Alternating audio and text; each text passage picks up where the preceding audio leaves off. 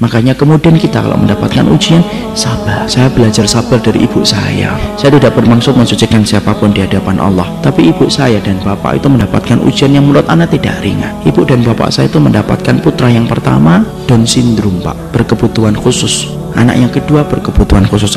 Kakak laki-laki pertama saya umurnya 53 tahun, kakak perempuan saya 43 tahun, dan itu berkebutuhan khusus Down syndrome. Mandi harus dimandikan, makan harus dikondisikan, tidur harus disediakan. Itulah yang menjadikan saya tidak bisa keluar kota sampai beberapa lama, paling-paling setengah tahun baru sekali, 2 kali.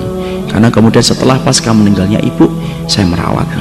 Tapi saya belajar dari kesabaran ibu saat itu. Saat itu saya ketika kecil, Pak, SMP, saya masih ingat, kadang-kadang ibu kalau makan di warung itu tidak pernah malu beliau. Selalu digandeng kakak saya. Dan tidak pernah ditinggalkan di mobil. Saya anak SMP, wajar, malu, Pak.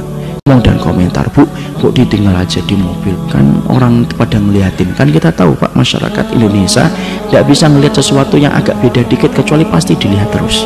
Ibu saya ngomong, ya apa-apa nak, biarkan saja. Ibu yang kemudian akan megangin, kamu duduk di jauh-jauh dari ibu, Pak. Di rumah ibu bilang, tahu nggak nak, kadang-kadang tobat belum tentu nasuha, kadang-kadang istighfar belum tentu hati kita khusyuk. Tapi kalau kita mendapatkan ujian, dititipkan anak yang semacam ini, kalau kamu sabar, tiap hari dihapuskan dosa-dosamu walaupun kamu tidak tobat dan tidak istighfar, selama kamu ikhlas dan ridho. Dan saya akhirnya, Pak, setelah bisa di pondok, tidak ada perkara yang saya cari tahu pertama kali kecuali apa?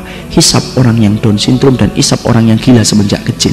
Orang gila itu para ulama bagi dua. Gila setengah perjalanan hidupnya, maka mereka dihisab. Ada yang gila yang kedua, Pak, gila dari kecil, Down syndrome dari kecil, maka mereka itu tidak dihisab oleh Allah. Mereka akan ditanya oleh Allah tentang satu pertanyaan saja. Pak Rifuni, kamu kenal dengan saya atau tidak? Kalau anak-anak itu menjawab, iya kami kenal engkau ya Allah, langsung Allah masukkan ke surga. Tidak ada hisab sholat, tidak ada hisab puasa, tidak ada hisab amal apapun, karena mereka bukan mukallaf dalam kehidupan di dunia. Makanya saya ingat betul ketika ibu saya pernah nyisirin kakak saya. Ibu saya kemudian ngomong kepada kakak saya, nak, nanti kalau kamu sudah di surga, jangan lupakan ibu ya, jangan lupakan bapak, jangan lupakan adikmu. Karena kamu nanti insya Allah menjadi penduduk surga.